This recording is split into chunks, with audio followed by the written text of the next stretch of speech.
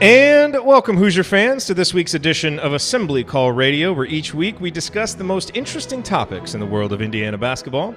This is our 199th edition of Assembly Call Radio, and it is our 670th episode overall of the Assembly Call, recorded on the evening of January 28th, 2021. I am your host, Jerod Morris.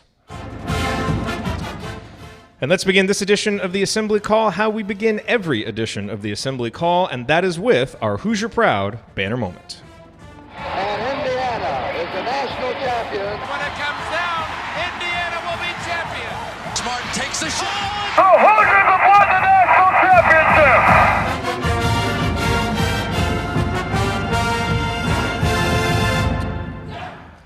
So our last edition of Assembly Call Radio was all the way back on December 17th, and at that time, Indiana was 4-2 after beating North Alabama.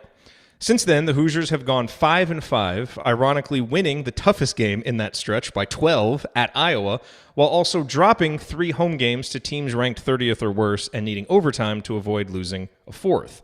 In other words, here in Archie Miller's 4th season, these Hoosiers are still the same old mediocre, inconsistent Hoosiers that we've come to know, just with slightly higher computer rankings in a season where most Big Ten teams have pretty good computer rankings. In other words, not much has happened over the last 6 weeks that really fills any IU fan with much legitimate hope that the program is on a discernible path toward a 6th banner right now. But it is my job to squint and strain and stretch to find something positive to grasp onto, and so I will, and it's actually a pretty important one. My banner moment this week encompasses the 14 offensive and defensive possessions that Armon Franklin, Christian Lander, and Anthony Leal played together against Rutgers. In an otherwise disappointing performance by Indiana, these 3 young players gave Indiana fans some reason to believe in the future of the program. With the 3 of them playing together, Indiana outscored Rutgers by .43 points per possession. That's a ton. During the other 53 possessions of the game, Rutgers hammered Indiana by .17 points per possession. Now, this is a really small sample size, like really, really small. And the offensive output was obviously buoyed by Christian Lander's best shooting as a collegian. He's not going to keep making every three-pointer he takes. But I do think it's telling that in a home game Indiana absolutely had to have, its underclassmen in the backcourt outperformed its upperclassmen. Now, to be fair, Rob and Al have had their moments over the past 6 weeks. Both were key in the Iowa win, for example. But at the end of the day, they are what they are, role players. They are low-usage, moderately efficient guards in a game that is won or lost with guard play. Sure, you can win with low-usage, moderately efficient guards when they are flanked by NBA talent on the wings and in the post. Look at Michigan this season. But that's rare. Most teams, especially in the Big Ten, need high-usage, efficient guards to compete at the top of the conference.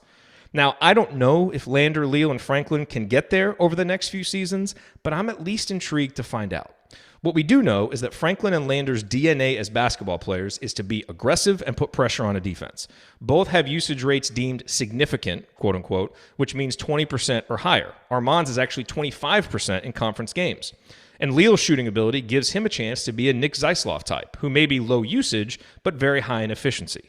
Modern offenses are built around backcourt trios like this. Look, I'm not writing off Rob and Al. The irony of this banner moment is that they've actually improved of late. On balance, over the last 6 weeks, they've played some of the best basketball of their careers. But I think it's fair to say that big picture, on an Indiana roster capable of competing for a Big Ten title, they both would be reserve players playing specific roles instead of featured players playing 3/4 of the minutes. For this Indiana program to legitimately take the next step, its guard play has to become more dynamic and more consistent. Are Lander, Leal, and Franklin the guys to do it? I don't know. But if the Archie Miller era is ever going to get over the hump, they'll have to be. And on Sunday against Rutgers, they at least showed a small flash that they might be. Okay, now let me introduce my esteemed co-host for this week's show. To my left. Analyzing players, finding every wrinkle. He hasn't ever hosted, never lifted a finger. He's got all the answers. Well, let me quickly add just one thing about this. Dude just interrupted his own jingle. Sometimes you are just walking into a bear's mouth. Ryan, what is your rant on the last 6 weeks in IU basketball? Boy, it's been disappointing, hasn't it? I think, I don't remember exactly what the last game was before we did a show, so I don't know where to chart that out, but let's just look at Big Ten play. I mean, a loss at home to Northwestern, where, Audi's just went off at the end, but at the same time, they shouldn't have even been in that situation to begin with. It shouldn't have been that close. You go on the road to Illinois and you're playing well and you look like you have a chance to contend, and then just drop the ball over the last few minutes, and certain guys didn't show up for that game. You lose in double overtime at Wisconsin in a game you had plenty of opportunities to win and couldn't get over the hump and do it. Then you get whacked at home by Purdue. You go on the road to Iowa and you win a game, and it looks like, hey, maybe this is the turning point, and then follow that up by dropping the ball at home against Rutgers. I mean, it's this team. I know we used to talk about during the Crean era that it was one year to the next was just crazy, fluctuations in what everything would be. I mean, with Archie Miller, it's game to game. You don't know what you're going to get out of these teams. And the stat that they're 2-9, I believe it was, following up top 25 wins in his era, in his coaching era. I mean, that's astonishingly bad. That you can beat a top 25 team and not follow it up with a win is unbelievable. And this week off is probably the best thing that could happen to them at this point after that loss, simply because the last time they had a week off due to a cancellation, they came out and played really well. Problem is they didn't follow it up, and they didn't give you any hope that they would continue to be able to win a big game and ever follow it up again. So they got Illinois next week, and that's a game at this point with the games you've lost at home. You've got to win. You have to win that game if you want to sort of build on anything. And then guess what? There's no rest. You welcome Iowa back, and Iowa's itching to get back at Indiana for that game. So you've had opportunities to really build yourself and pad yourself a nice resume, and you've blown them against Northwestern, against Wisconsin, against Purdue. You've had a chance, and you haven't taken advantage of it. And how many times in 4 years can you not take advantage of the opportunities given to you and still want people to have faith in you? That's where I'm at right now. And I'm not just talking about the coaches. I'm talking about the players as well. At some point, somebody has to step up and take advantage of something that's handed to you. They've had opportunities handed to them, and this could be, they could easily have 12 wins right now and be 12-4 and solidly inside the top 25. Easily. I'm not talking about if a bunch of things go their way. I'm talking about if somebody for 2 minutes in a game plays better, they could be there, and they're not. And that's a problem. And we're continually dealing with that problem.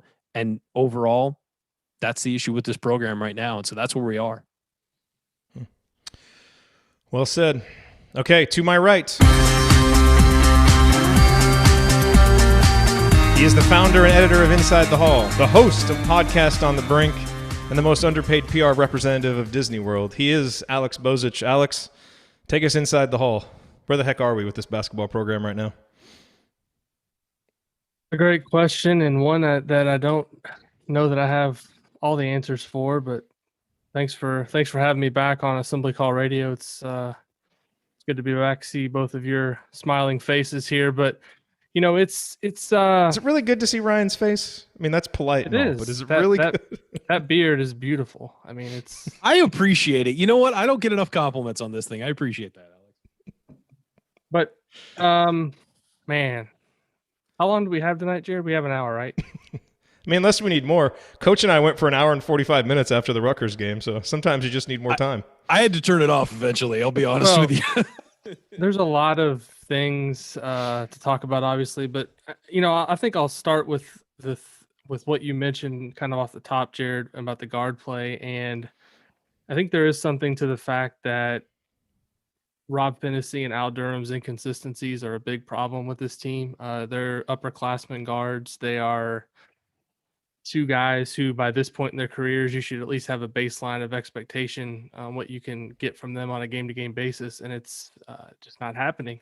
When they do play well, see like the Iowa game, Indiana can be a really good team. When they don't play well, Indiana has some of their worst losses. I think the Northwestern game was a game where neither one of those guys did very much.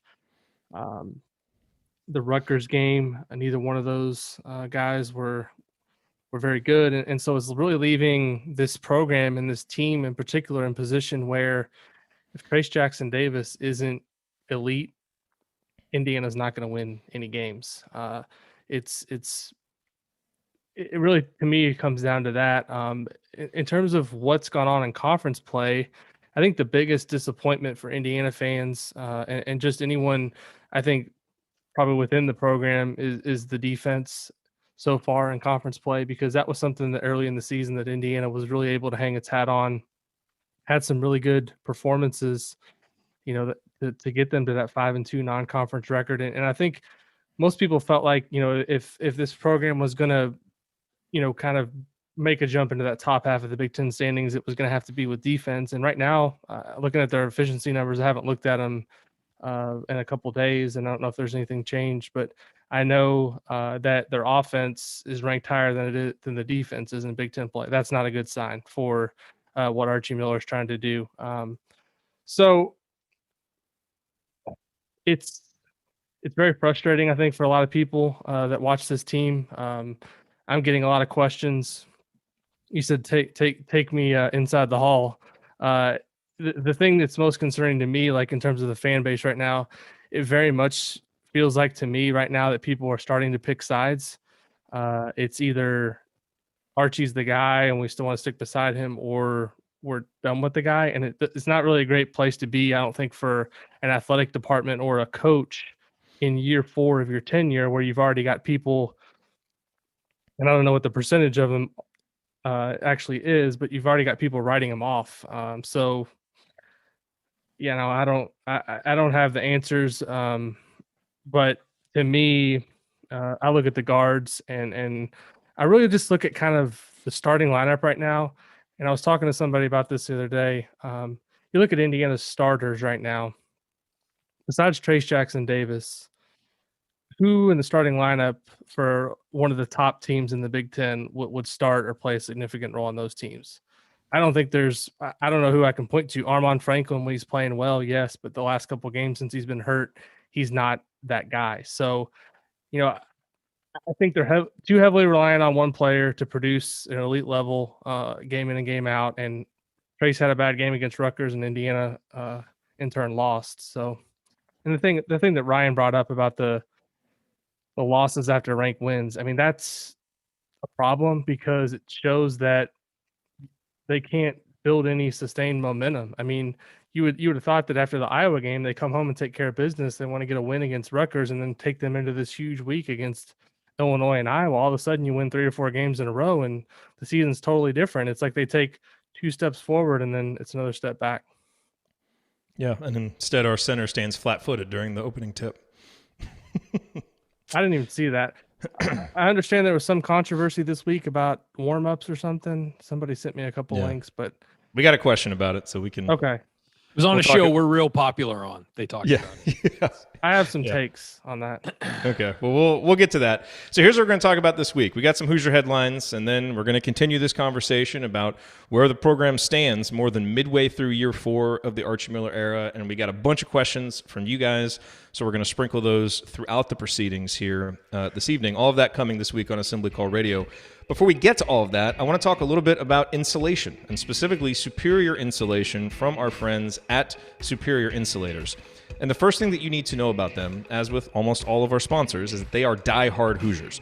Brad, the owner of Superior Insulation, is an IU fan and a longtime Assembly Call listener. And the second thing that you need to know about Superior Insulation is that they will literally make your life more comfortable by helping you fix drafty rooms, cold floors, and even excess noise. Plus, their systems help you save money through lower utility bills. More comfort and cost savings? That's like Christian Lander making threes and playing solid defense in the same game. It seems crazy, but now it's real. And with winter here bringing its frigid temperatures, now is the perfect time to invite Brad and his team out to your home or business so that they can do for you what they did for IU. Yes, the Superior Insulators did all the air barrier systems and spray foam for the new IU Excellence Academy. Brad and his team also worked on the new football locker room, Marching 100 Hall, and many other buildings on campus. Like I said, they are Hoosiers through and through and damn good at what they do. A longtime listener named Rick, who Alex might know, reached out back in December and told me he booked a consultation with Superior Insulation, and you should too. Because check this out, they have a special offer for Assembly Call listeners. You will get a $50 home field apparel gift card when you call and schedule an appointment in a qualifying area. And the Superior Insulators have 4 locations covering roughly the southern 2/3 of Indiana, plus the northern part of Kentucky. Just tell them the assembly call sent you to get your gift card. So visit insulators.com or just Google Superior Insulation to learn more and schedule your appointment. Then Brad and his team can help you create a healthier, quieter, and more energy-efficient home. That's insulators.com, insulators.com to learn more, and tell them the assembly call sent you to get your $50 home field apparel gift card.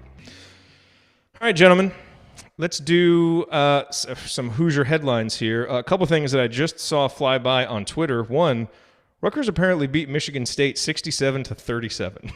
So this is the kind of bizarro college basketball world that we're living in right now. And I saw that the tip time was announced for the Illinois game on Tuesday, and it is a 9 o'clock tip. So good for those of you living in San Diego, not so good for the rest of us. That's right during dinner time, man. It's rough. You guys have it easy staying up. So, but the first headline that I want to hit right off the top is news that broke today that Matt Cross, a former IU target, is leaving the Miami program. Leaving or kicked off. I don't know if there's been official confirmation of that. I've heard different things.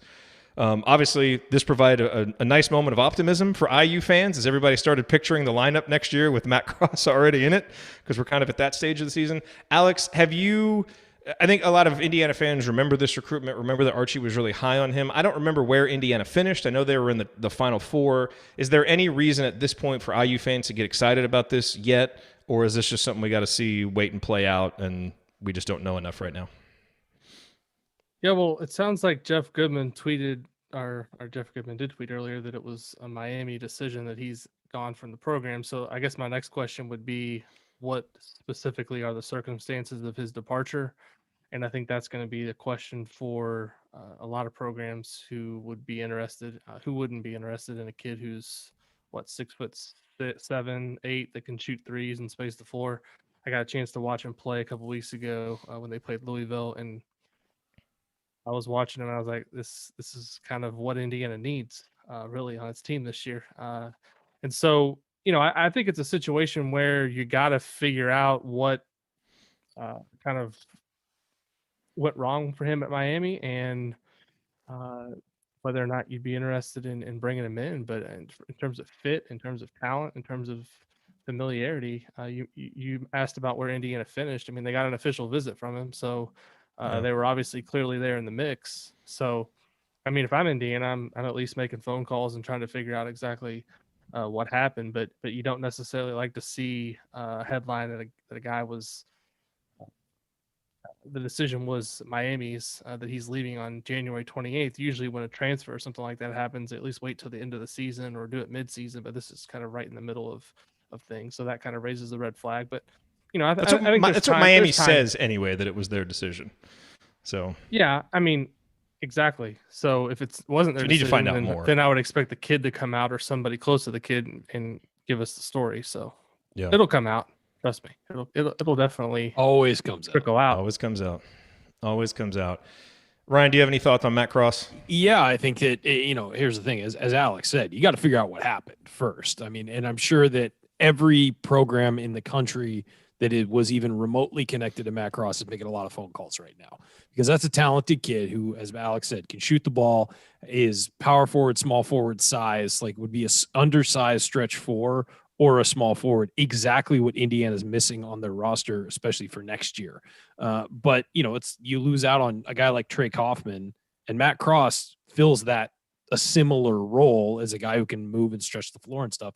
And I watched him play a couple times this year. He was fitting in well in college basketball. He could play in college basketball, at a high level. That wasn't a guy who, was over recruited and showed up and then all of a sudden needed to develop. He can play now.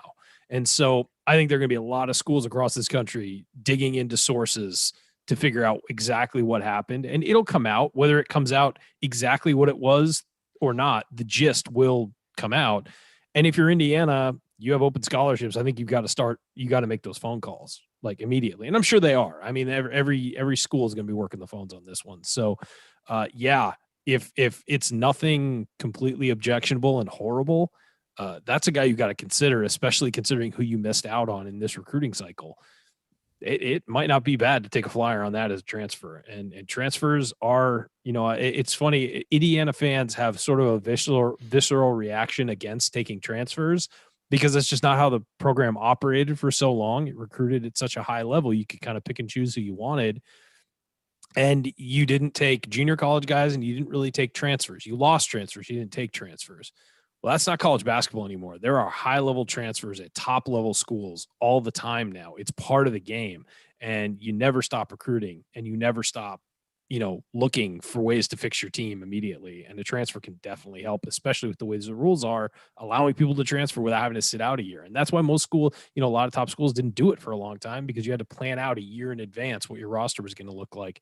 Now you can get immediate impact transfers, and it definitely changes the game. Worked in 1987. Do what you got to do to get the guys that fit your program and help you win. Agree 100%.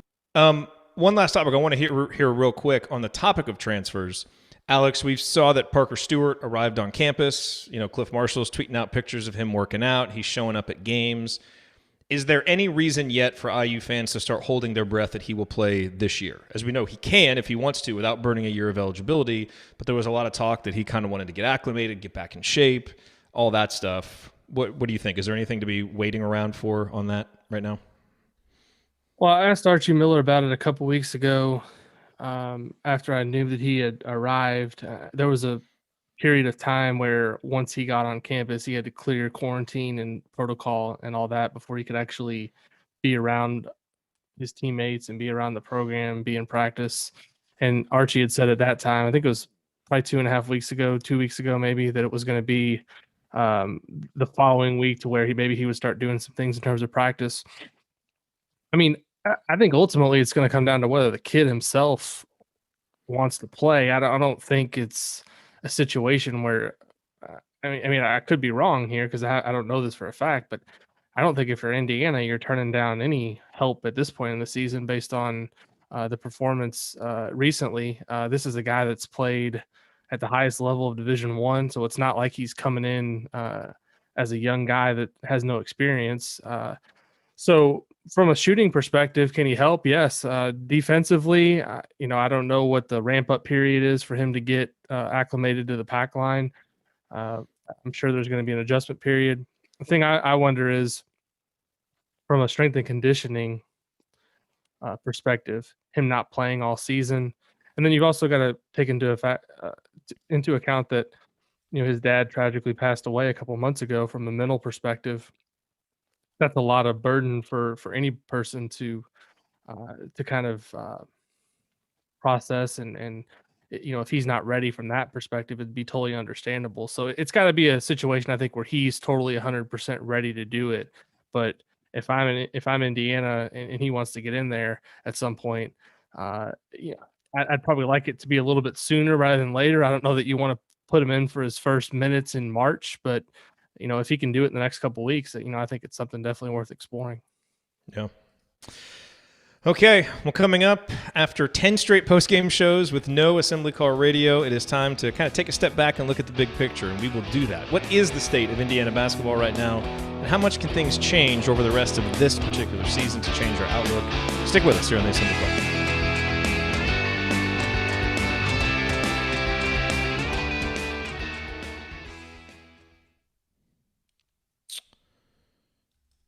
All right. Well, thanks for joining us, Alex. It's good to have you here, man. Thanks for having me.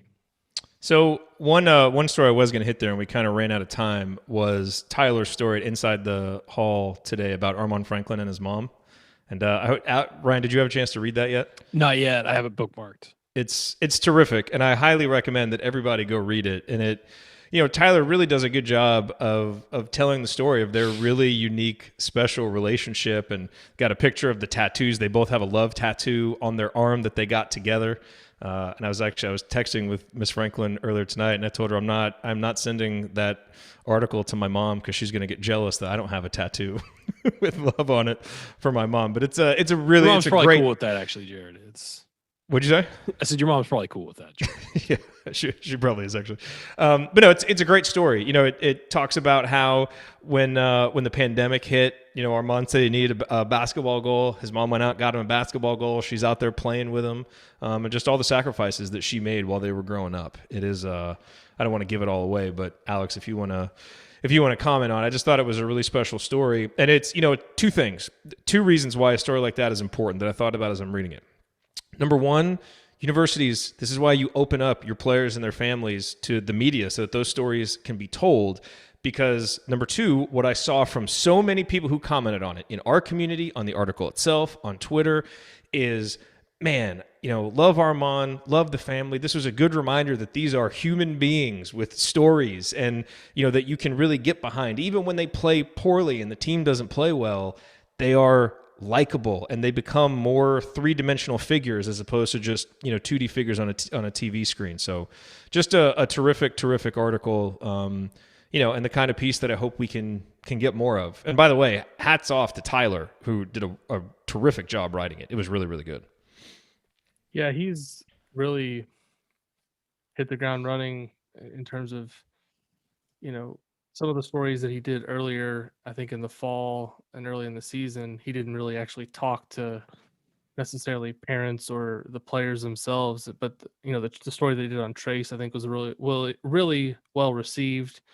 And in this instance, he asked around, and the thing with all this stuff is with IU, and it's not just IU. It's like this at a lot of places. You got to get permission to talk to the parents and players and all that for these types of opportunities. But I think it's kind of a testament to the work that he's already put in and done previously this fall that he was able to get the access to do that story. And I mean, he knocked it out of the park. 2,500 words, well reported, got a ton of anecdotes and little stories in there. So definitely check it out. And, I think it's something that, like you said, Jerod, needs to be done more often, because it's easy to forget that these are, human beings everyone has a story. It's not just, these guys aren't there just to play basketball and make fans happy. They're actually people with stories and different journeys. And it was cool to kind of see them both open up about their relationship. And I mean, I hope that, we'll be able to continue to do those types of pieces in the future. Yeah. They're guys who love their mamas, and they're mamas who are watching what you're saying on Twitter and on social media. And, they just want the best for their kids and, are even more intense about the games than we are. So it was a great piece. All right. Do you guys want to talk conference tournaments now, or you want to do segment 2 and then talk about conference tournaments later? Let's talk conference tournaments now and then do questions. Just trying to it's an interesting. Okay. So, all right. So let's talk conference tournaments real quick, because this is obviously going to be a big question. They've talked about it several times on the Ion College Basketball podcast and elsewhere. And Alex, maybe you can set this up. You and Dylan talked about it too, and you and Andy talked about it also, with the possibility that teams could potentially opt out of conference tournaments. Also, I mean, I don't know if it's still realistic for the conferences themselves to cancel the tournaments given the TV contracts that they have. But it's a pretty big question with everything that's going on with COVID right now. Do you want to bring everybody to the same place and potentially jeopardize NCAA tournament appearances for your best teams for a tournament that can bring in obviously some money, but in the grand scheme of things doesn't mean a whole lot, especially in comparison to what can happen in the NCAA tournament? So, what do you think is going to happen, and what do you think should happen? What I think is going to happen is that they're going to, as many leagues as possible, are going to try to play, because as we all know, that this is all about money from the onset. I mean, if we can just TV be clear cash, about that, baby. TV exactly. cash. So I think, live sports are still a cash cow for, conferences and TV networks. So they're going to try to get as much of that inventory as possible. I just looked at it, a couple of things in terms of teams opting out. I think if you're going to play the tournament, you need to have every team committed to play. Otherwise, don't play the tournament, because all of a sudden, if you start having these, what if the Big Ten says, well, we have 8 teams who we feel pretty good about are going to make it, right? But these other 6 teams, let's play them in this conference tournament. There's already enough about this season that's messed up. Like, why add another kind of one-off thing that the committee is going to have to sort through or try to figure out? I don't like the idea of letting teams opt out, and I don't think the conferences are going to go for that either, because the Big Ten tournament, part of the reason why it's viable is because you have all these teams, and no one wants to see a Big Ten tournament with Nebraska and Northwestern and whoever else the 3 or 4 bottom teams are in the league. So, but from the Big Ten perspective, On the bright side, we might win it. Well, because yeah, with we'd an probably have to asterisk. play in it. Jerod, it's the Big Ten tournament. We're not winning it. Hey, we won it last year. We could go back to back. So no, but hear me. I want to hear what you guys think about this though, from the Big Ten perspective. When I talked to Andy on podcast on the Brink this week, he was saying he had 11 in right now, but he thinks realistically 10 could get in, maybe 9 or 10. I agree with him. But from a Big Ten perspective, wouldn't you just want to try to play as many regular season games as possible and try to make up some of the other regular season games at the end of the year rather than risking bringing 14 teams together in a central? It's one thing like the NCAA tournament bubble. I feel pretty decent about that because all teams are in the tournament and they're all going to be committed to kind of doing the right thing so they can play their games. I'm not so sure that the Big Ten tournament, a team like Nebraska, and this is not me singling out Nebraska, but Nebraska has no legitimate case to be in the tournament. So are all those players going to be committed to all the protocols and everything that needs to be done if they're coming to the site? And I think it would be a complete nightmare for the Big Ten specifically if you have 2 or 3 teams get knocked out of the tournament based on something happened at the conference tournament. I'd rather just try to get as close to 20 games as possible and then move on if I'm the Big Ten. Can they actually do that though? Like, is this conversation even worth it? Like, I mean, what kind of contracts and stuff do they have? That's what I'm saying. Like for the conference tournament, does the Big Ten have any leeway right now to change their plans 3 or 4 weeks out, or I guess 5 weeks out? If the coaches all say they don't want to play, and then what's?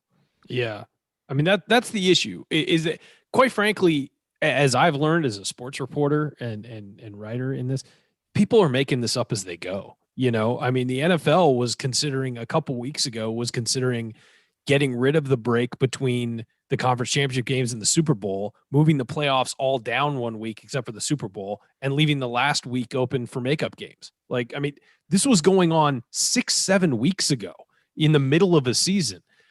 We're all making this up as we go. I mean, baseball is supposed to, they don't even know if they're going to have a DH in baseball this year. They're still making up their rules as they go because, they're not sure, there's all kinds of labor issues with that. But at the same time, they're supposed to be going to spring training in a couple of weeks and people don't even know if that's going to be possible in Arizona.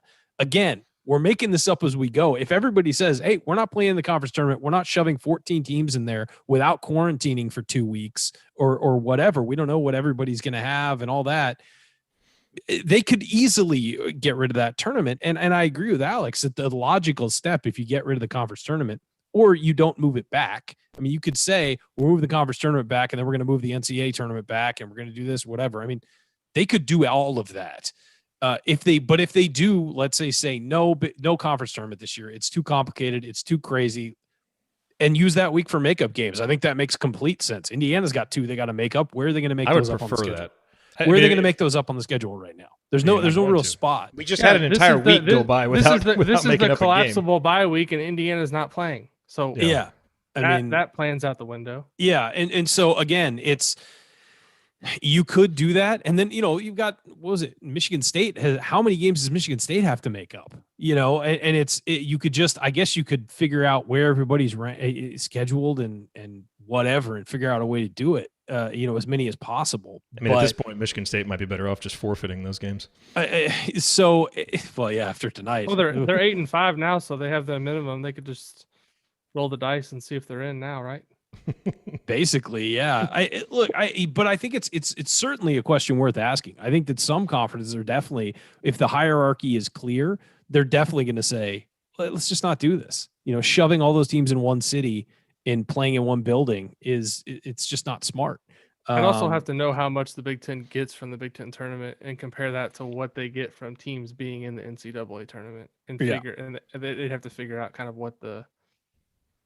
Well, I think Alex's point is great though. Is that what if you send a team to the Big Ten tournament, they get the virus and then can't go to the NCAA tournament? I mean, you're right. What's the trade-off there financially of that? And what's the trade-off just from having kids maybe who deserve to be in for 2 straight years, not getting to go to the NCAA tournament because of one incident of having that? So Yeah, it's a fascinating question. It really is. And I think we're certainly to the point where in the next few weeks, they're going to have to announce something that, yes, we're definitely having it. If teams want to opt out, they can opt out.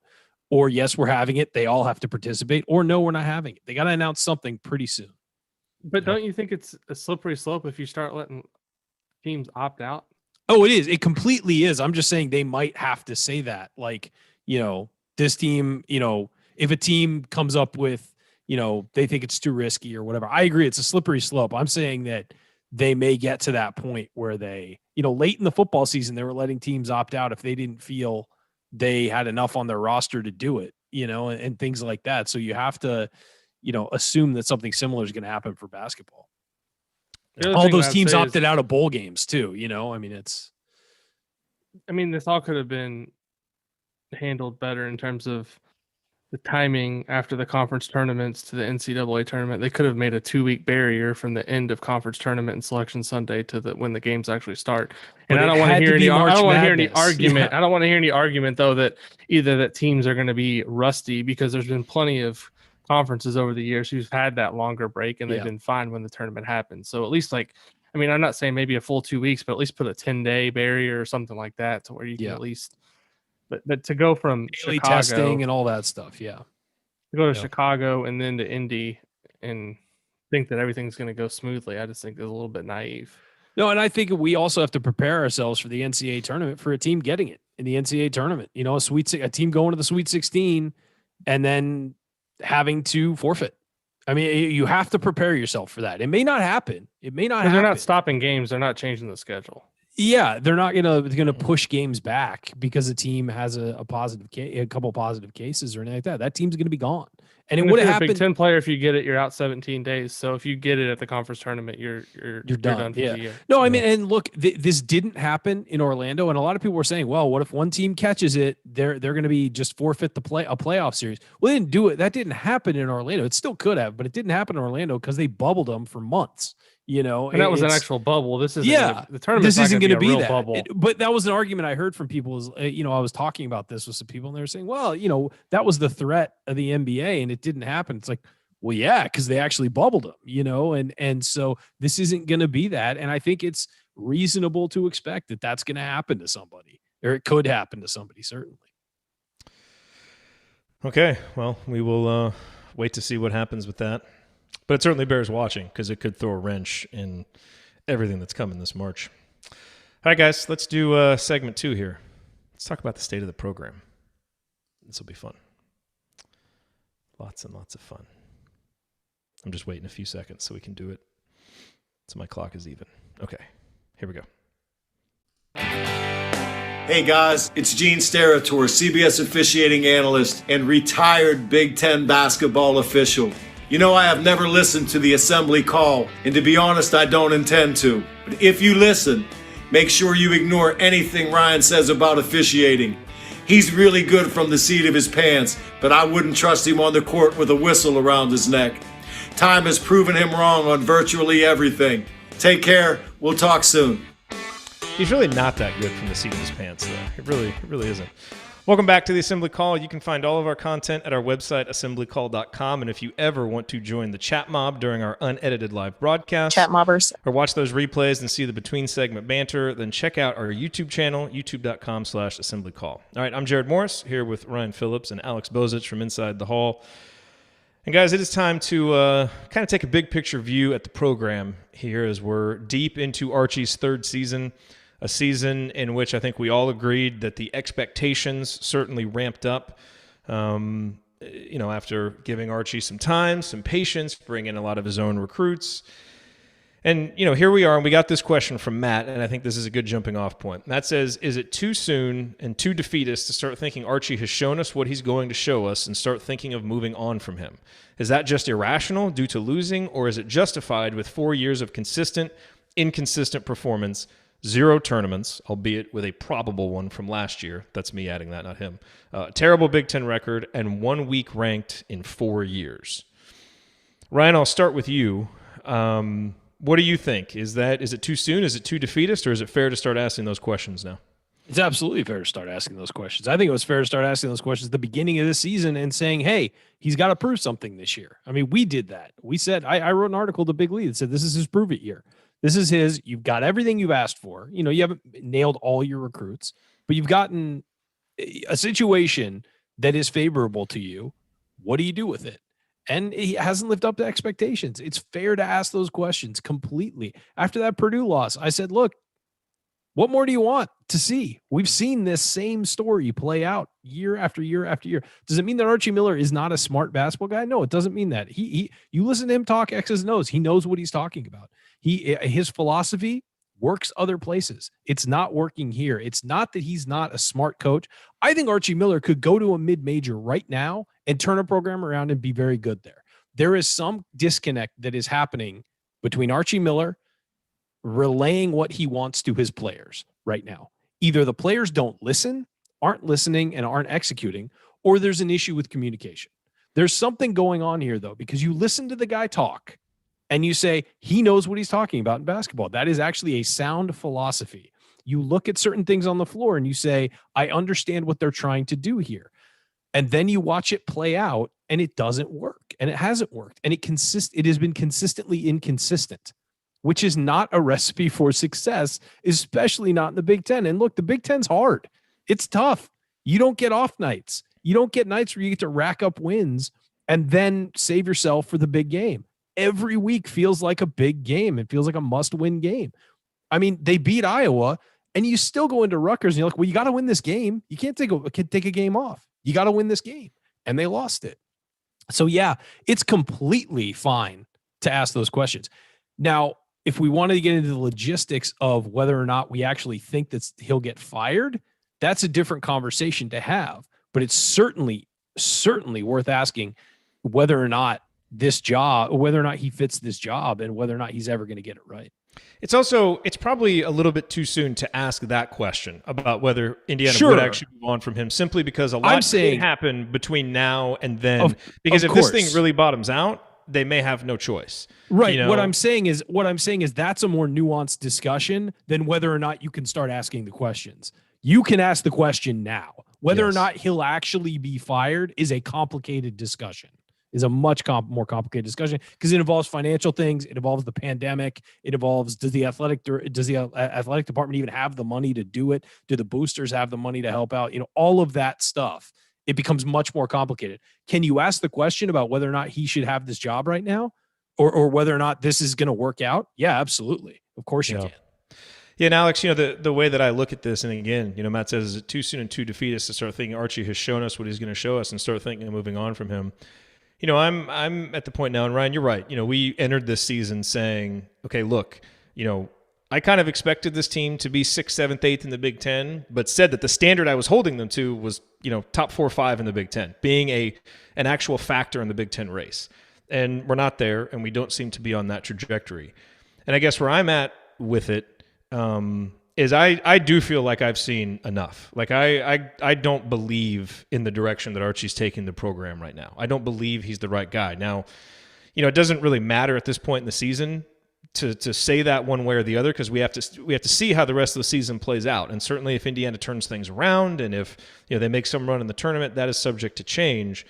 But personally, you know, I've just lost visceral confidence. I don't have confidence in the direction. I feel, Alex, you know, you mentioned the defensive numbers. You know, this is a team that was supposed to be built on a defensive identity. Indiana's best defense by far in Big Ten play was Archie's first season with all of quote-unquote Tom Crean's guys. That team finished 4th in the Big Ten in defensive efficiency. They're 9th right now, and they haven't finished higher than 8th in any other season. And Archie has not been able to do the single most important thing on a basketball team, which is have guys who can shoot and develop shooting. And so, you know, we're 4 years in. It always feels like we have these massive kind of holes on the roster, you know. And so, you know, all of those things, you know, I feel like 3.5 years is a lot of time. It's a lot of time to be able to know if you've got the guy. And that's not to say that Archie wouldn't be able to get to a tournament or two at Indiana or, you know, be kind of a middle of the pack Big Ten team. But, you know, we're not Penn State.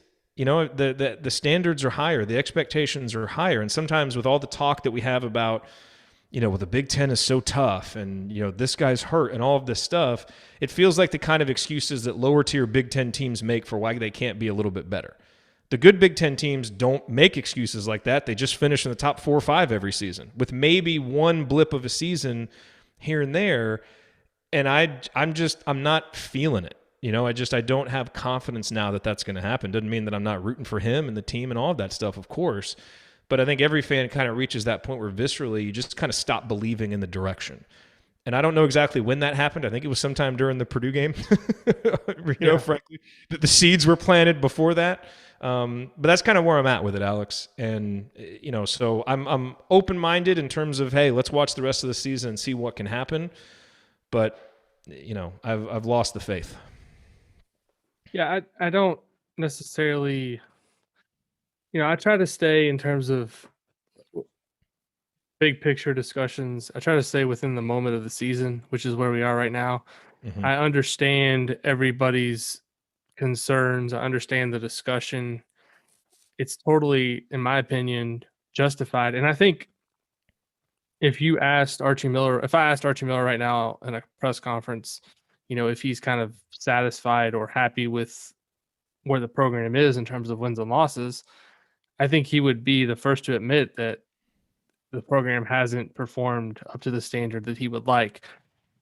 So with all that said, ultimately coaching is a bottom line business, right? You either win enough to keep your job or you don't, and somebody else takes the job. That's basically how it works. And so long term, whether it be this year, next year, 2 years from now, he's going to have to start winning at a much better clip in order for him to continue to be the coach at Indiana University. That's just, that any coach that's in the situation of being at Indiana knows that ultimately you're going to have to start winning at a decent enough level, or actually at Indiana, the expectation is a lot higher. But, all of the concerns that Jerod, that you brought up in terms of shooting and defense, it's not just the perimeter shooting that drives people nuts right now. It's the free throw shooting this year. This is year 4. And to me, like some of the most basic things of basketball and that you're taught first are be able to shoot, be able to take care of the ball, and be able to guard somebody. That's how you build a winning culture. And Indiana right now, they're doing a decent job taking care of the ball. The other two things they don't do with any consistency from a game-to-game basis, and that's not a way to win in a league that's as tough as any in the country. So, I understand the nature of fandom is that when you get to a situation like Indiana's in right now, it feels like every game is kind of a referendum on Archie, right? If they win, like the Iowa game, I noticed on my message board, there's people saying, well, where are all the critics at now? Like they just had a really great win. And then they lose to Rutgers, and all the people who were pissed after the Purdue game are now pissed again because they lost to Rutgers. And the reason that is because there's been now 3.5 years of so much inconsistency that the tolerance for any slip-ups is completely gone. People are done with that. So, well, and it puts more pressure on the team that you haven't been successful in 3 years. Now it's like you have to prove something to save your coach and to get people to think about you differently. So it only makes you more. Think about this. If there was fans this year, what do you think the atmosphere would be like? Terrible. Bad. Especially because they haven't played well. Or just apathetic. It's one of the or just apathetic. Like people not showing up to games. Yeah. I gotta say, it becomes fun for nobody. It becomes no fun for the guy leading the team. It becomes no fun for the players. It becomes no fun for the fans that are watching it. So, I don't know.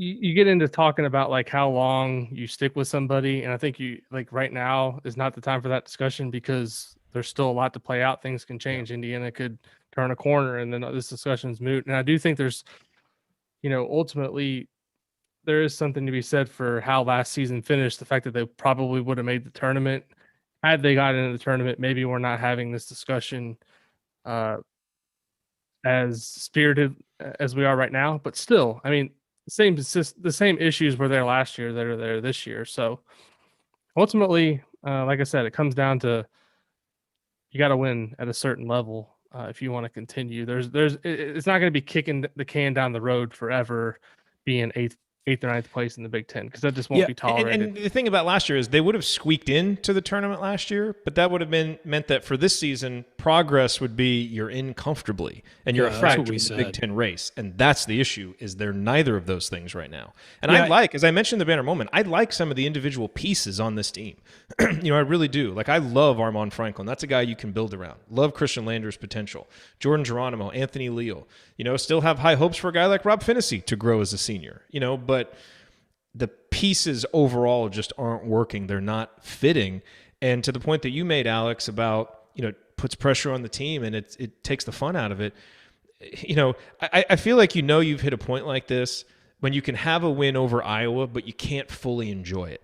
We spent that whole stupid post-game show after the Iowa game getting excited, but then saying, we got to see what they do against Rutgers because we've seen this team do it before and they've fallen flat on their face. And then, by God, they go do it again, and prove all of that naysaying right. And you just want to be able to embrace a win, enjoy a win. You don't feel like you can right now.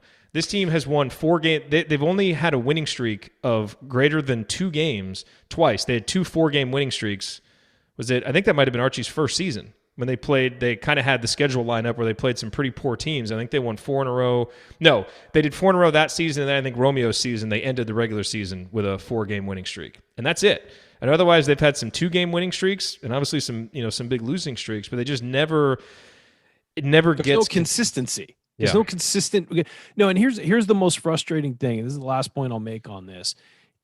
You saw in the Iowa game what this team is supposed to be and what Archie's system is supposed to be. You looked at that defense and you're like, there it is. This is what has been advertised to us. You've seen it in moments, but that was pretty much a whole game where you saw what has been advertised about his defense and about his system for years. And you saw it and you're like, boom, it makes sense. And we've seen it with other teams before, but you hadn't seen Indiana do that before.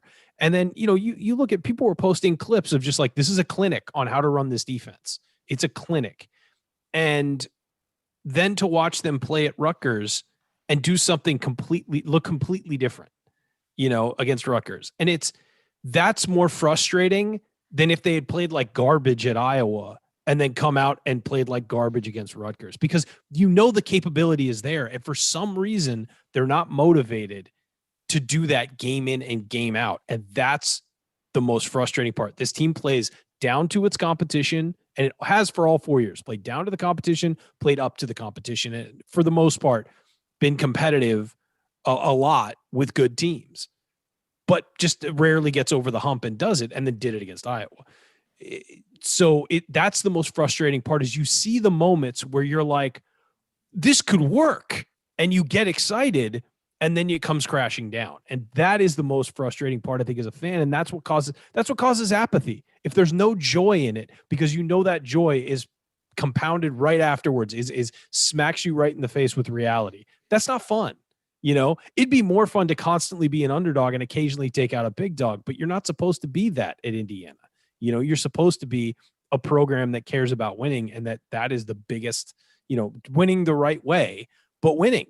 And that's not what we've got over the last couple of years, and even a couple of years before that. So, and it's really kind of the worst place for a fan base and an athletic department to be in, is stuck in the middle, because if it bottoms out completely, then it becomes clear what the path is. Yeah.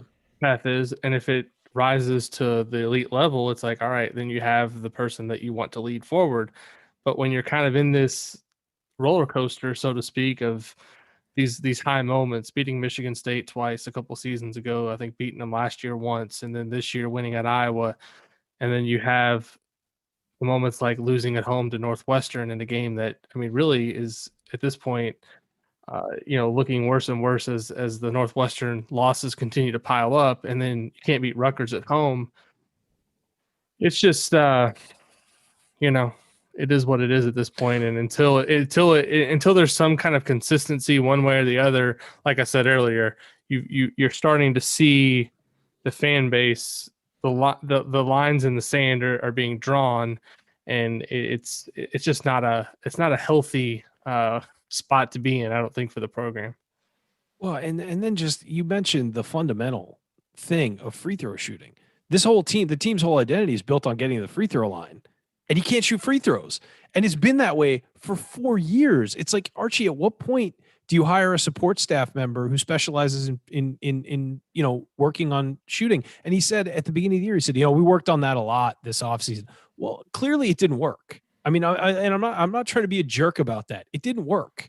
And so you've got to change what you're doing and change your philosophy and things if things aren't working. And it just feels like that hasn't really happened. The 3-point shooting, you'll see them have a game like they did against Rutgers where they hit a bunch of threes, and then you'll see a game against Purdue where they look clueless. And not only did they miss shots against Purdue, they were missing by a lot. These weren't close, in and out, rim out, bad luck threes.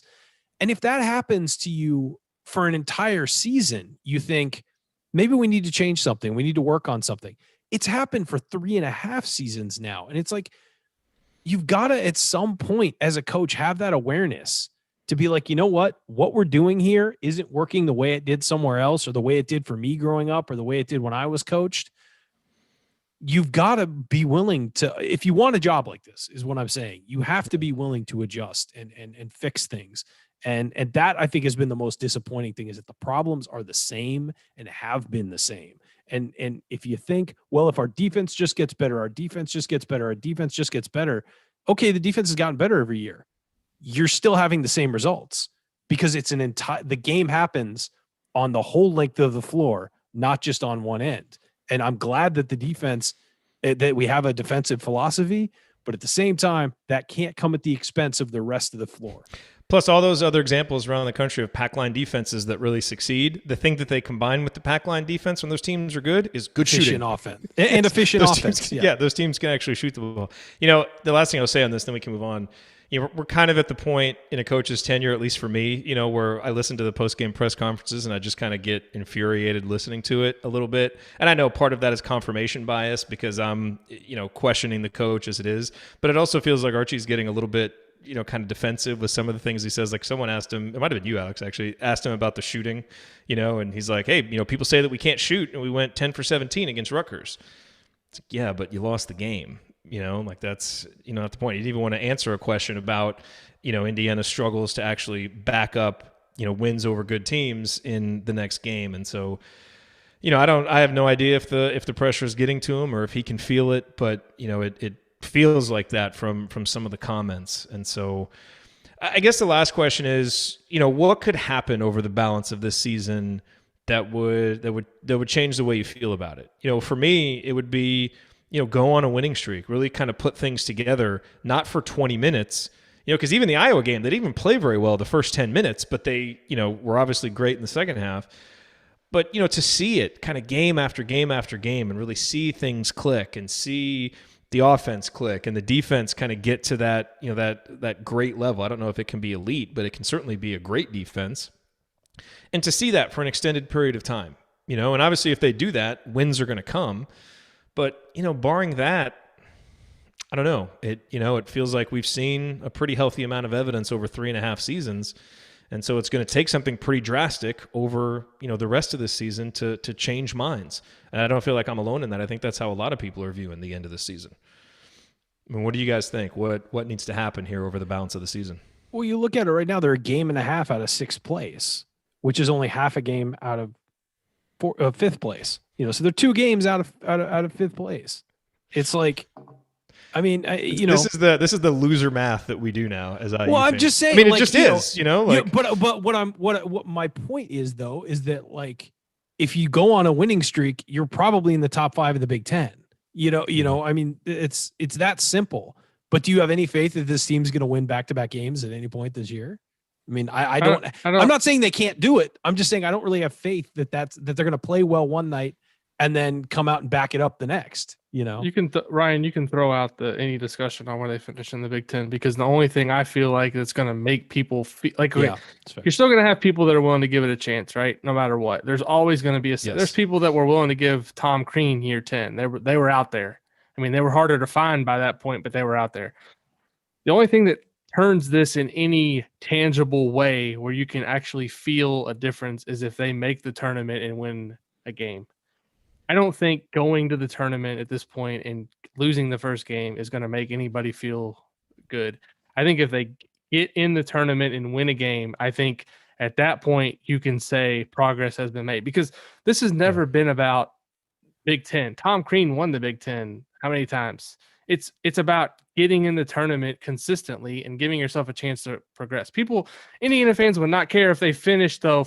Okay, would you rather have a top 5 or 4 Big Ten finish, or would you rather have a deep tournament run? Both. Run it's Indiana. Yeah. But this is the No, the Alex problem is with right this though. discussion. Alex is right. No. You know why the tournament matters more? Because it's the last thing you see. Okay, the tournament does matter. You win but the thing Big Ten and lose in the first round, doesn't matter. But the Big Ten championships with Tom Crean mattered. The problem is, in between those, we finished 11th and 8th. Indiana fans want to be a factor in the Big Ten race. You don't have to win it, but you need to be in the top 4 or 5. Well, they're not going to win it this matter. year. So my point is that they're not going to win it this year. So whether or not they finish 7th or 5th or 9th or 8th this year, what matters is getting in the tournament and having some type of success. From a what's realistic perspective, that's true. Yeah. Because, I mean, I guess what I'm saying is people are going to care more this year if they finish, say they finish 5th in the Big Ten and then get to the tournament and don't win a game.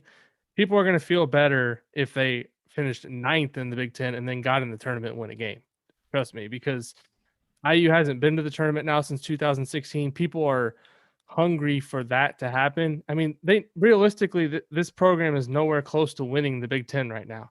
But this is a year where the Big Ten could get 10 teams in the tournament, and Indiana has a chance to be one of those teams. So get there in advance, and then I think you have a chance to at least turn the narrative somewhat. Well, and here's the best part about being in the tournament. You don't have to play teams from the Big Ten. Necessarily. You might run into one eventually, but you're playing a tougher schedule now than you might in the tournament. And so and you also play teams that don't know you as well. So a run is possible. Whereas I don't think a run have to leave the state that you currently reside in. I mean, all the advantages are built in for Indiana to do something if they actually even get there. But you got to get there. Yes. Who knows? Yeah, no, that needs to happen. There's no question about it. This season, that absolutely needs to happen. And it's a PR nightmare for the program too. If the tournament's completely played in Indiana and they're not part of it, it would be a meltdown of epic proportions. I mean, oh my gosh, I don't. Oh, that's a real uplifting note to end on. But well, I mean, it's true. It's absolutely 100% true. You're not saying anything false there, Alex. No, it's totally true. It's totally true. That's what needs to happen this season. So now we'll see if it does. All right. Coming up in our third segment, we're going to answer your questions. We got a bunch of good ones, including one about Indiana's pregame warmups, and then whether Indiana basketball will ever be relevant again, as someone asked. Talk about that. Stick with us here on the Assembly Call.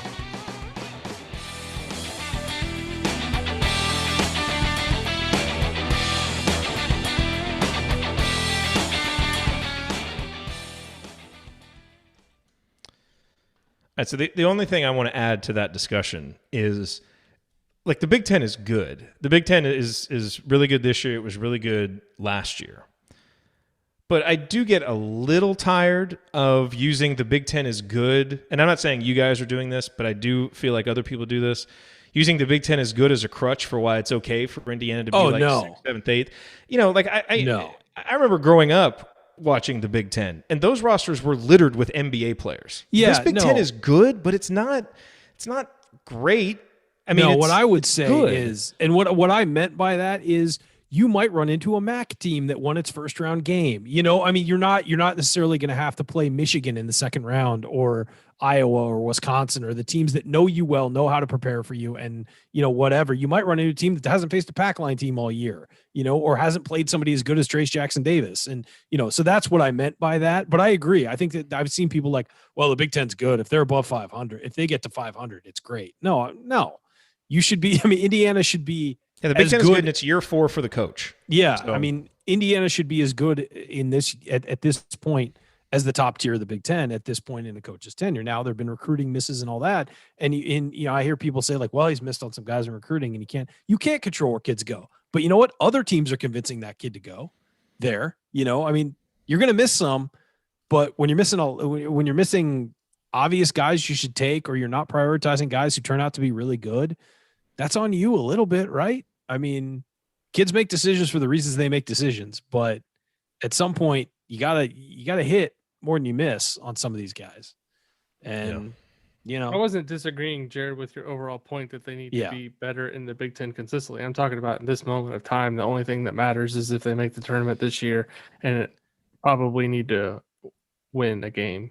Oh yeah. To make people feel better. I think This winning, year, if you make I think winning a game in the tournament is almost as more important as making it. I mean, of course you got to make it to win one, but it's like, you've got to show that you can do something, with the opportunity to get in the tournament. Getting in the tournament, you can't just feel good about, because guess what? They would have made the tournament last year.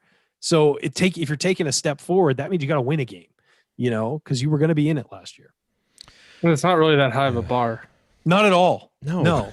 Sweet 16 should be the bar every year. We're not asking for a Final Four. I mean, people aren't asking for a Final Four. They just want to be in the conversation. Here's the thing about the tournament and why the tournament matters so much. If this team plays out the way it is 8th in the Big Ten and makes it, but makes an Elite Eight run, all is forgiven from people. I guarantee you. Whether or not we can make an Elite Eight. Well, that's what I'm saying. An Elite Eight run erases all that badness. The tournament matters, and I said it earlier, but it matters because it's the last thing you see. Like last year, we felt really good going into the offseason because we watched that Nebraska game. And the Nebraska game was the last game they played. And it was one of the best results they had. Now, we forgot conveniently Nebraska had like 3 football players off the street playing on the bench, but Indiana looked good in that game. And so it made you feel pretty good because, well, they definitely wrapped up a tournament spot and they blew out Nebraska and guys look good and we end on that and you think, okay, we can build on this. But if in the next game they had laid an egg against a bad team or a not great team, our outlook would have been different. The last thing you see colors how you look going forward. Yes. How you look if this team can actually string together 3 straight wins to make an Elite Eight, that would be incredible. It wouldn't erase everything. I'm just saying. But it would finally provide some counter arguments that I don't really think are there right now. No, not at all. I agree. I don't expect this to happen, Jerod. But if it does, people's attitudes change completely overnight. I don't even think it takes Elite Eight. I think it just I agree. I'm just giving that. Winning a game. I agree. Because it hasn't just happened that yet. Example. Do something that hasn't happened yet. Yeah. I think with that, realistically, they're not getting any higher in the Big Ten standings this year, so that's out the window. You make the tournament, you win a game. It continues the one thing Archie's had in his favor, which is progress every year. It's been slower than anybody wants, but that at least continues it. Now again, you would enter next season. Because if you make the tournament and win a game, he's coming back for sure. There's no question about that. So you would enter next season coming back for sure, regardless. But I think we both do. Unless let's say this season falls off a cliff. Unless a donor is swooping in with a lot of money, Archie's going to be back next year. Like it's just swooping in with a lot of money and then being willing to pay to offer up some for the next coach as well. Archie's coming back. I cannot see. I've talked to enough. It's more people. likely than not, I think. I would say we're looking without intervention from the outside, like a booster coming in with backing a dump truck full of money up. I think it's 90-10 he's back.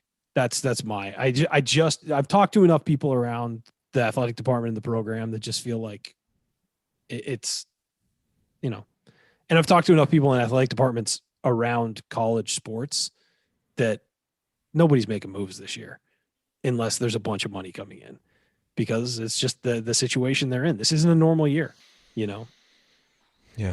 Budgets aren't what they were and may not be for a while too. That is true. No, that makes it much less likely.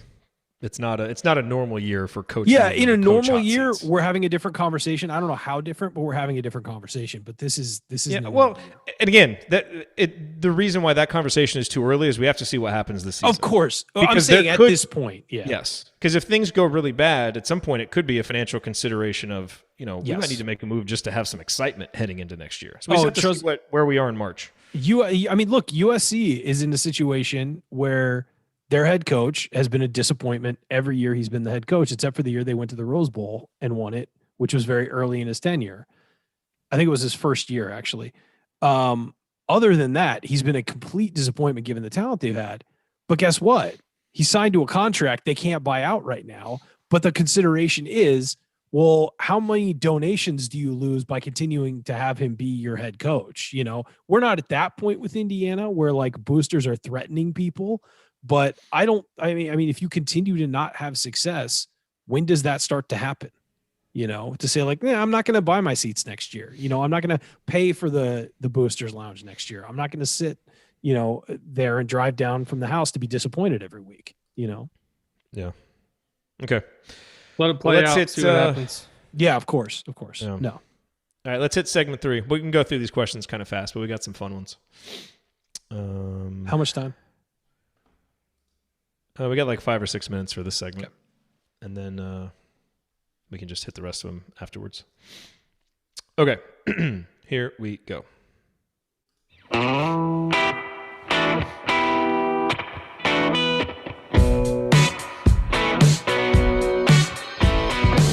This is Nick Zeisloft. I never miss an open 3, and I never miss an episode of The Assembly Call.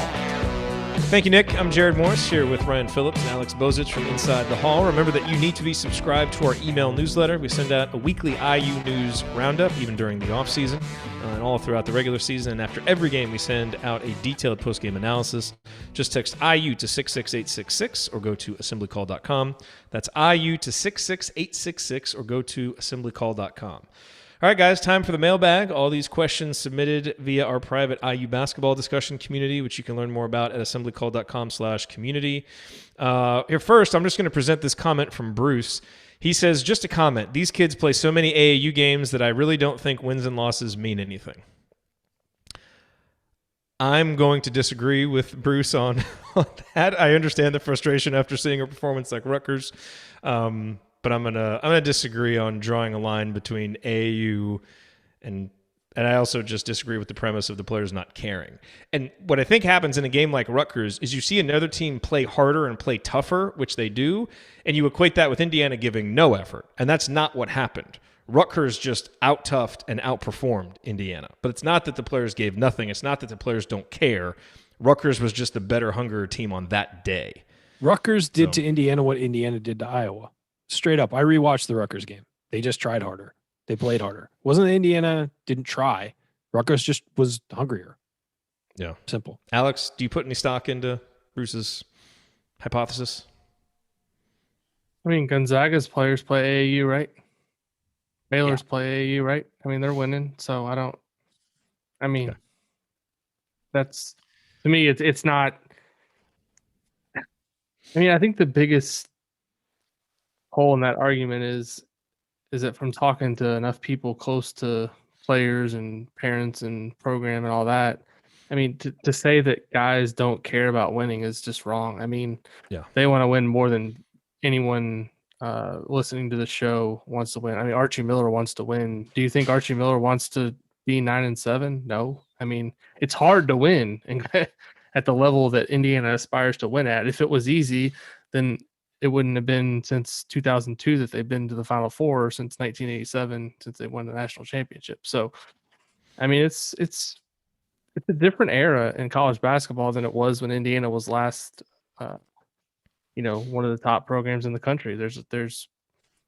It's been proven that, a program like Gonzaga can rise up from basically nothing and be a national power. So it's not, I mean, just because you're Indiana on your jersey really doesn't hold any weight now. So, but no, I don't subscribe at all to the theory that just because these guys play so many games that they don't care about winning. Yeah, having the Indiana across the front of your jersey only matters as much as, you take pride in that Indiana being on the front of your jersey. And I think these guys do take pride in Indiana being on the front of your jersey.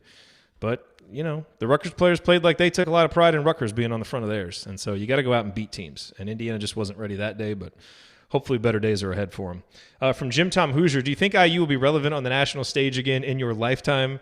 I'm a little older and have all but given up.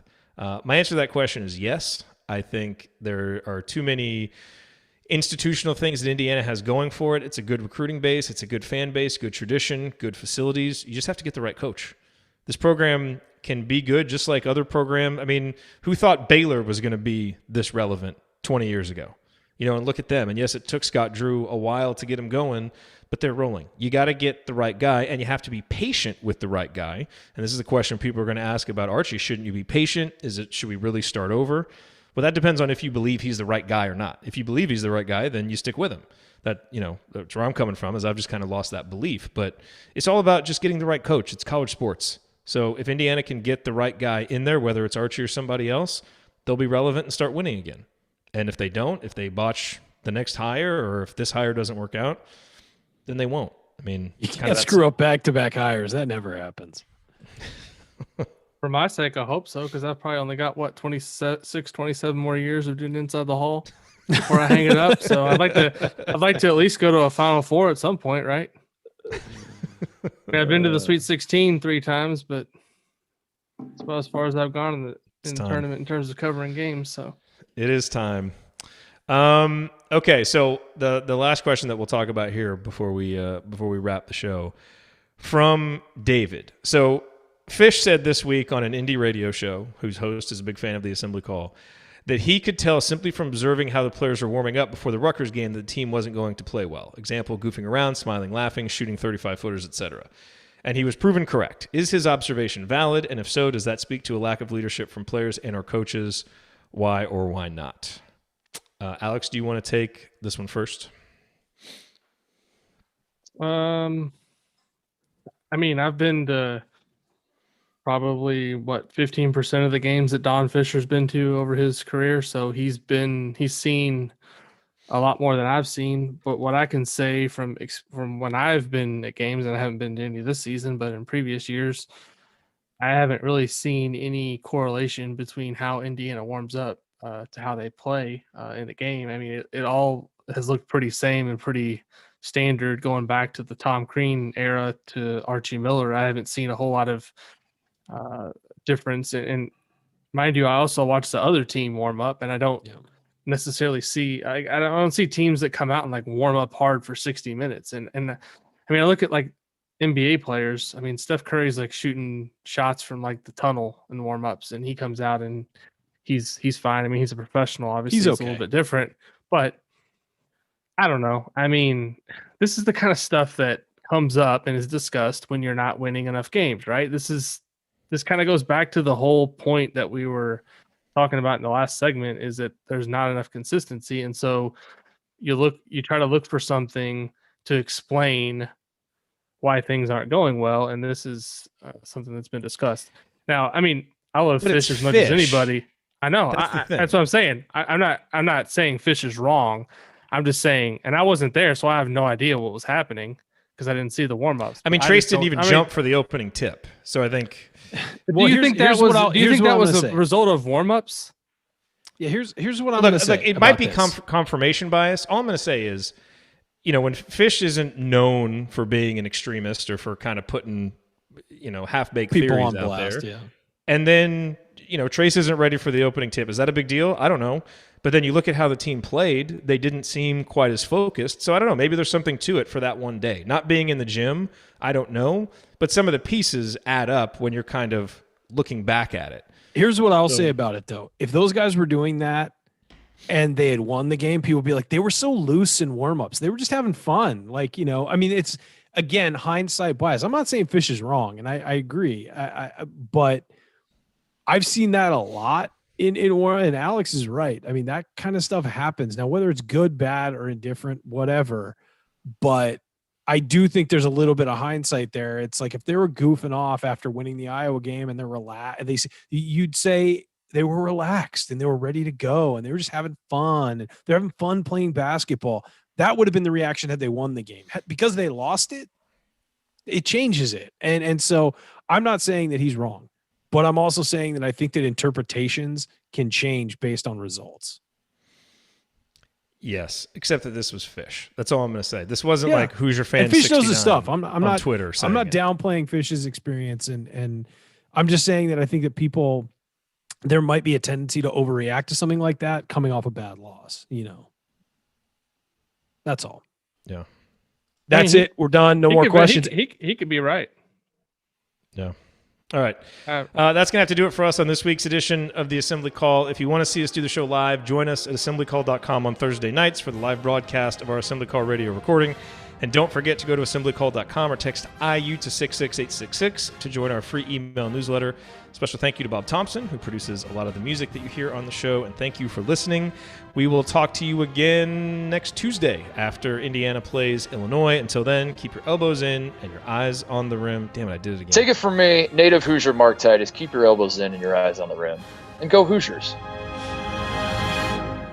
Thank everybody for coming out. All right, I got to get out of here, folks. Thank you. I don't like carrots. Man, I haven't hosted enough of these shows. I keep forgetting that we played. I know. It's like, I'm like, Jerod, what are you doing? Even I know. I know. All right, you want to run through a few of these other questions real quick? Yeah. First of all, I just want to advertise, like the new podcast I'm doing at the Big Lead, guys. Oh, that's right. You got a new show. Best of 7 podcast. It's on Apple, Spotify, all the places you listen to podcasts. All right. Now, are you doing any more for this show than just showing up with a mic and talking? Are you doing any technical setup? No. Or planning? None. We have a producer. Okay. All right. I just show up and I don't do feel this. so I'm bad. hosting. I am hosting, but I just do this. I just sit and talk. Okay. The other guy actually hits the record on the Zoom. Okay, so you don't even do that. No. Okay. I mean, I've done that before, but I don't even do that. Okay. Did you say earlier that the Illinois game got moved to 9:00? I saw it on Twitter. Nothing's ever gone wrong using that as a response, has it? No, fully reliable. I did.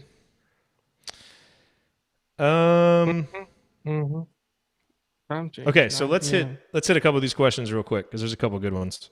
We don't need to spend a lot of time on them. Let's see. Jeffrey asked about Stewart. We talked about that. Daryl says, do you think Archie is too stringent with calling the plays, especially on the offense? Should he loosen the reins a little bit and allow the players to get in the groove or freelance more? I think he would if he could. I think the guys look to him for the play. I don't know if that's just training or whatever, but I mean, how often do the point guards come across and not call a play and look straight to him? I don't know if that's by design. I have a feeling it's not because some other times they don't. But it feels like anytime they look, and they see a defense they don't feel comfortable against, they just stare right at Archie, and then Archie has to be like, all right, run this, and I don't know if that's just a lack of development of the guards or what, but I mean, you would think a coach would want his point guard to be able to recognize and run his own things. I have a hard time feeling like that is told to the players. You have to look at me for the play call every time. I would be very surprised if that was the situation because you waste so much time doing that. I mean, I don't think the problem with the offense is that they're not getting good shots or executing. I think it's just that they're not making enough of the good shots that they're producing. I mean, hadn't there been a lot? I haven't looked too closely at that aspect of it, but I've had some people send me some stuff, like some charts and stuff about like the good, quote unquote, good shots that they're producing is pretty highly ranked. Yeah. But in terms of them actually making the shots, I think that's where some of the frustration from Archie comes in from the shooting perspective, is that he was a good shooter himself. And like he's asked about this stuff, and it's hard for him to fathom guys making less than 70% of their free throws because that wasn't who he was as a player, or, I don't know. I mean, Your job as a coach is to relate to players who aren't just like you. Yeah. Right. Well, here's the thing. It's like, I can identify what's wrong with a lot of the free throw shooters on the team. Like just watching them, watch games and look for these two things. One, a lot of them rise up through their motion, pause, and then shoot. It's not one Trace does that all the time. When he stops at the top of his motion, you can bank that he's going to miss the free throw. That's a shooter who's not confident. Unless he line drives it through. That's the only way it goes in when he does that. The other thing is a lot of them come slowly up and lean back and shoot when they're shooting their free throws. Look for those two things when you watch Indiana play. A lot of them do it. When they miss, they're doing one of those two things. Sometimes you miss, it rattles in and out. But for the most part, that's happening almost every time. And it's like, if I can recognize that, like, you guys have to be able to train guys out of that. It's not hard. I mean, again, Alex said it earlier. It's one of the first things you learn as a basketball player when you're old enough to actually reach the hoop from the free throw line is how to shoot free throws and how to be consistent in your delivery every time when you find a comfortable delivery, how to finish, how to follow through. I mean, you see guys go for their shot and pull their hand back after they shoot it. It's like, that's basic stuff you're not supposed to do. Every shooting coach will tell you that. Every shooting coach will tell you lean towards the basket, because you're not jumping, so you need something to carry you forward. So you're supposed to lean as you shoot. and to follow through and to go with one smooth motion, because if you stop, you're stopping the movement of the ball, and then it's all on your wrist and hand to propel the ball instead of the rest of your body as you're going. It's all basic stuff, and yet they don't do that, and they have consistently not done that for 4 years. Like, that stuff, something that has to be addressed. And Jerod, you've pointed out before, his teams didn't shoot free throws well at Dayton either. Never been in the above 200 in the country. And here's they've never been above, even average as a free throw shooting team. And here's the thing: NBA teams have now gone all in on this version of looking at shooters. They look at free throw percentages. So if you're telling recruits, if you're and it's starting to get out there that they think that good free throw shooting leads to good 3-point shooting, not good 3-point shooting in college. They think good free throw shooting leads to good 3-point shooting. And if you're a recruit coming through and you're seeing a team that does not shoot free throws well, and where the coaches clearly do not develop good free throw shooting, you might be taking yourself out of consideration for a draft spot somewhere. And so that kind of stuff's going to get around. Especially now that NBA teams are being so much more open about the way they're scouting shooters. And so, I mean, that's something you've got to fix. You just have to fix it. Yeah. And whether that's bringing in an outside look, getting rid of an assistant coach, or bringing in a new assistant coach, whether that's support staff hiring, I don't know, but there's got to be a way to bring in somebody to teach these guys how to shoot better. Next question from Scott. He says, okay, so between Trace, Race, and Armon, we usually have 2 consistent players. Can someone go back to winning years and see what our point guard production was in scoring, turnover, and assist ratios? I feel our biggest gap is in point guard play. So if you go back, and I mean, the answer to this question is obviously yes. Obviously, Al and Rob this year are struggling up and down, as we've said. If you look at all of Indiana's good recent teams, like the teams that you would kind of say were great or elite, they had an all-time great guard on the team. In 2016, you had Yogi. 2013, you had Yogi, Jordan Hulls, Victor Oladipo. Go back to 2002, you had Tom Coverdale, you have Dane Fife. Then you go back to the early 90s teams. You've got Damon Bailey, Greg Graham. 1987, you've got Steve Alford, Keith Smart. So, I mean, college basketball is a guards game, and you've got to have great guards to be really good. And this program has just really struggled with guard play, and that's why they're so inconsistent. And as long as Indiana is building their teams around the post and not the backcourt, they're going to be inconsistent, so. Well, and in the tournament to win, I've always thought that of course you need both. Like, that's an obvious statement. You need guards to get through the first 2 weekends. And I think you need guards and a post to win the championship, because you need easy baskets when guys get tired from playing so many intense games. You need a guy around the basket who can lay the ball in. Just competent. You need a competent post guy. He doesn't even have to be an elite, but you need somebody around the basket who can clean up the trash and who can score easy baskets for you when your guard's legs go. But that's the point, though, is that to even get to that point, you need the guard play. And so I get building around an old school mentality of playing through the paint, completely understand that. But you need the other guys to balance that out. And on Indiana's team, they just aren't.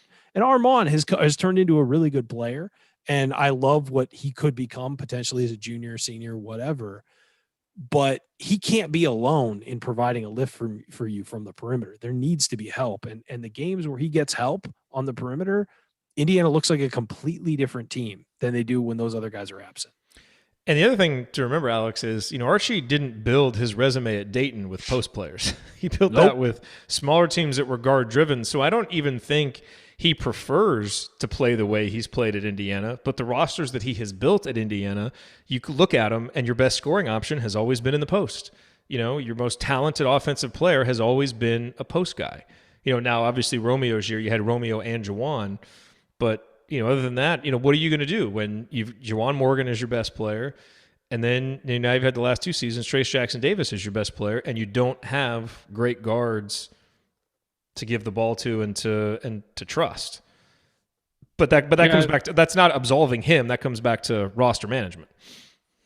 Yeah, and the guards, like Ryan's point, like Franklin's been really good and is someone that should be looked at as a building block for the future, someone that can be a really good player, not only the rest of this season, but the seasons to come. But the rest of the guards, if you just look at them player by player, nothing consistently comes easy for them offensively that they do. I mean, you got to have a guy who can break people down off the dribble and create for others, or you got to have a guy that you can just throw it to and say, go break somebody down and get a bucket. And they don't have that. I mean, Yogi was that, right? I mean, Yogi in a late shot clock situation, Yogi could go step back and hit a three, or he could set somebody up for a bucket. There's nobody on this team that you look at and say they can do something like that. And I'm not saying they have to be Yogi, but I'm saying that there's something to the fact that I just don't think the guard play in general is good enough. And to me, that's the biggest deficiency I see. And that's another reason why it's like, at some point, I'd like to see Lander, regardless of whatever his shortcomings are defensively, have a little bit of a longer leash to try to do some things, because I at least have confidence that he can maybe bring a little bit of that. Is it going to be consistent? No, but at least like last game, he hit those 2 threes, and it was like he created those shots for himself. Like it was like him doing that. Like Rob is very hesitant to kind of go look for his offense, and Al's, a fine player, good, solid. He's going to be 1,000-point scorer, but he's not somebody that you're going to like have as your first or second option offensively. He's not going to blow up a game on his own. I mean, exactly. Well, this team is just like they're just not good enough to, when they get in a game that's, they did it at Iowa because Jordan Bohannon missed 8 threes in that game. The second half, Iowa couldn't make anything. But thank you, Jordan. Like they just can't. They're not good enough to like separate themselves in a close game, right? It's they don't step on somebody's throat when they have them down. And I don't think it's because they lack the killer instinct. I just don't think they don't have the horses to do it. Yeah. Yeah, I think in a lot of ways, Rob and Al are, those guys are playing, like I said, they're playing some of their best basketball. It just hasn't quite been good enough. The thing with Lander, Ryan, you think back to the conversations we were having before the season. What was the formula for this Indiana team to take the step forward that we all hoped they would be able to? It was, all right, Lander he's reclassifying. He's probably going to struggle a lot. But if you get him rolling by February and March and he can be a difference maker, that's the key to this team actually being better than 6th, 7th, 8th in the conference, because he's a potential difference-making guard. Now, look, we saw a short flash of good defense against Iowa, and we saw, a longer flash against Rutgers where he made some shots, played better defense. To say that he's ready to turn into that guy now and be a major difference maker, he's not there yet.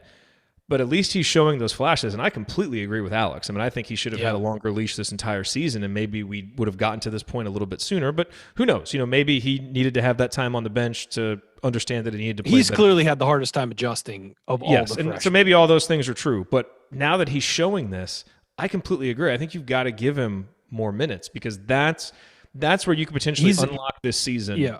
It's a high risk, high reward move. Let's be real, because of the way. And now is the time for that. Agreed. And that's what I was going to say, is that maybe the high risk, high reward calculation wasn't worth it a few weeks ago, but now you're getting to a point where you might have to gamble. And I'll be honest. I think this week is probably huge for Lander, because the last time he had a week, to practice without playing a game, he came out at Iowa and came out at Rutgers and looked like a much better player in those 2 games. He only played a couple minutes at Iowa, but the difference was visible quickly on the defensive end, for sure. And he wasn't forcing things on offense. His tendency is to get beat on defense because he's not a great on-ball defender yet, and then go down and immediately try and launch a 3 or do something and lose the ball or miss a shot badly. That's been the pattern with him, and why he gets yanked after 4 minutes. Against Iowa, he actually looked like he was trying to run the offense and looked like he was guarding off the dribble and got a steal and looked like he was more engaged. Now, it wasn't perfect, but it looked better. Against Rutgers, same thing. He looked more engaged. It looked like he wasn't just one of 5 guys out there like you see in AAU a lot, and you see with really good players who were dominant in high school. It looks like it doesn't matter who the other 4 guys are on their team. It just matters who they are. And you could put anybody out there with them, and it wouldn't matter. It wouldn't change their game at all. It looked like he was actually engaged in the team concept in both those games. This week, he's got another week to practice and maybe get some more run in practice, where you're not just preparing for the next game, because when you get into conference play, your practices are essentially scouting report practices where you're working on what to do against that team. You're not getting a chance to sort of, explore what you could do on the floor with the rest of the team. So I think this week was huge for Lander. And I agree with both of you guys. And I think you're at a point now where 5 weeks ago, I wouldn't have argued this because I saw what he looked like on the floor and he didn't look like he fit. Now you need that guy. You need that guy to step up because your ceiling is getting lower and lower and lower every week. You need to raise it a little bit. And if it means you go through growing pains, guess what? Lander gets playing time and he comes in next year as a starting point guard and, is not as shocked by the competition. So I don't see the downside anymore. A couple weeks ago I did. Now I don't. And the Illinois game is going to be a guards game. I mean, period.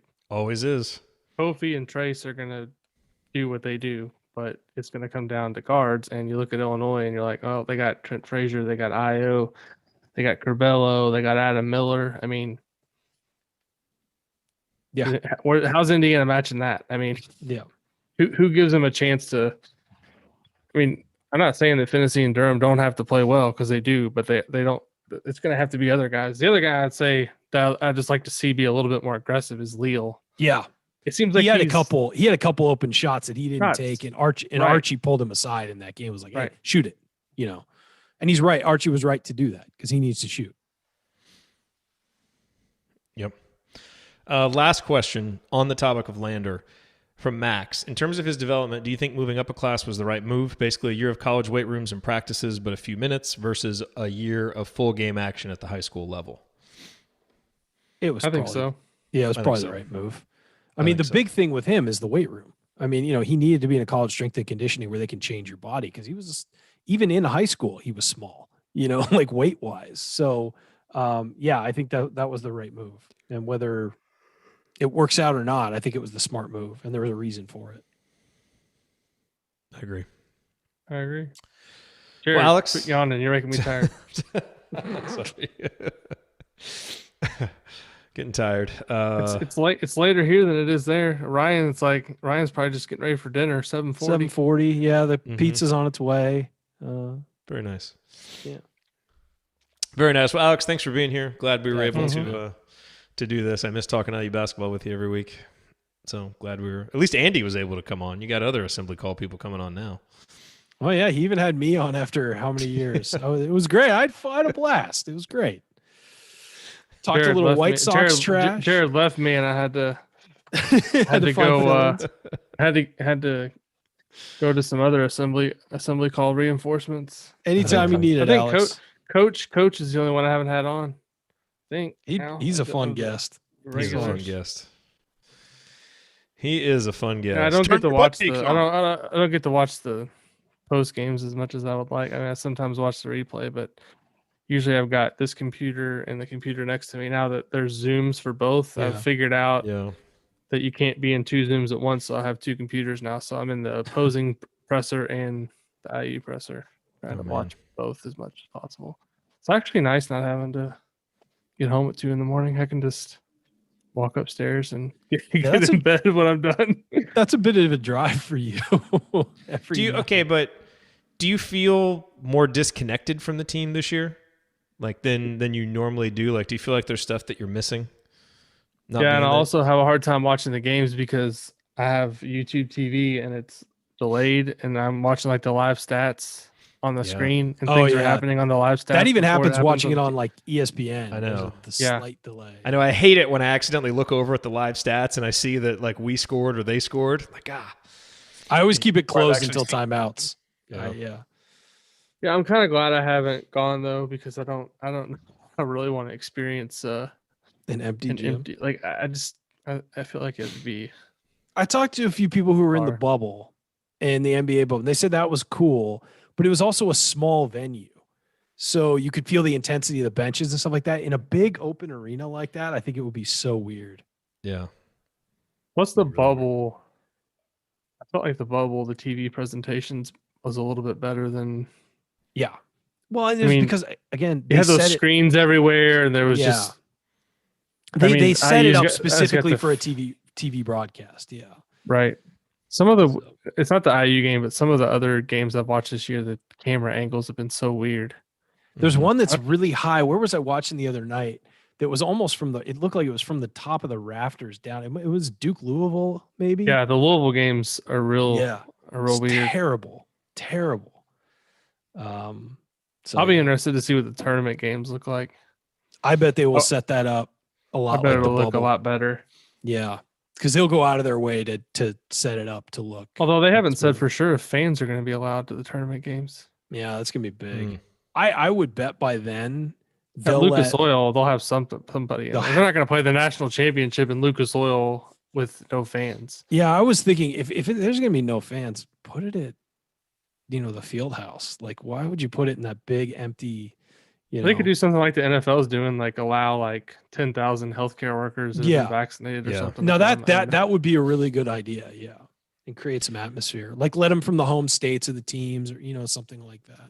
Quick pop quiz. Where does Indiana place currently in the Big Ten in raw efficiency margin? Dylan Burkhart just tweeted out a graphic. Well, I know I did it Monday. They were 6th. Are they still 6th? Yeah, I would say I was going to guess 7th. They're 7th because Rutgers just jumped over them after their win tonight. I was guessing, in that 6 to 8 range somewhere. Only 5 teams have positive efficiency margins. Indiana's actually slightly ahead of Purdue. That's I mean, Purdue's not. We're scoring 5 more points per possession than Purdue. Purdue isn't per 100 possessions. Purdue isn't that impressive. Like, I mean, even when they beat Indiana, they hit a bunch of threes, but like there was nothing where I was like, that guy scares you. Like, I know Trevion Williams is good, but against Trace, I don't see it as like he's way better. I mean, like I just feel like there's nobody. We have to on go up there team. and win.